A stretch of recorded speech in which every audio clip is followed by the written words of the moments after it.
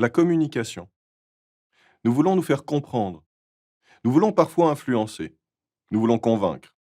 Et nous pensons que c'est un talent, l'éloquence, la force de conviction, l'inventivité. Il y a un domaine professionnel, je pense, où il est indispensable d'être un bon communicant, c'est la psychothérapie. La qualité d'une thérapie dépend fortement du thérapeute, quelle que soit la technique utilisée. Mais qu'est-ce que la thérapie vient faire ici? Nous parlons de la PNL, n'est-ce pas? Eh bien, la PNL est née de la psychothérapie. Je vais brièvement vous expliquer comment et pourquoi c'est intéressant. Santa Cruz, en Californie, dans les années 70, dans une université expérimentale, sans hiérarchie entre les professeurs, les étudiants, les disciplines et les diplômes. Un endroit idéal pour la création de domaines nouveaux. Deux étudiants, Richard Bandler et Frank Pouselik, participent à des ateliers de Gestalt thérapie, une méthode créée par un thérapeute célèbre, Fritz Perls. Ils obtiennent de bons résultats, mais Richard Bandler veut comprendre comment ils parviennent à ces résultats.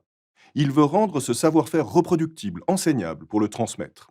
Alors, il frappe à la porte de John Grinder, un professeur de linguistique. La trentaine, mais déjà une longue expérience militaire et académique. Engagé dans les forces spéciales, il était en Europe pendant la guerre froide où il avait appris rapidement plusieurs langues.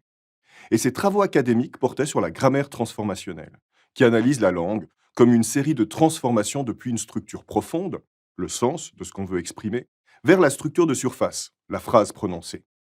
Et ça, c'est important pour comprendre la PNL. Grinder avait un talent pour la modélisation, pour extraire des structures et les reproduire. Bandler et Grinder ont analysé et modélisé plusieurs thérapeutes, Fritz Perls, Virginia Satir, une figure importante de la thérapie familiale, Milton Erickson, un psychiatre qui a révolutionné l'hypnose thérapeutique. Au centre d'un groupe d'étudiants, ils ont mis leurs découvertes à l'épreuve en les pratiquant beaucoup.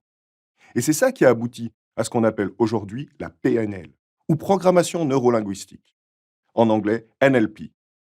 La PNL est née parce qu'ils voulaient savoir comment fonctionnait l'excellence. L'excellence dépend de la personne. Ils sont partis du principe qu'on devait pouvoir identifier cette excellence, en faire un modèle et l'enseigner. Et ce qu'ils ont modélisé peut nous servir dans la vie de tous les jours, même dans nos conversations les plus simples.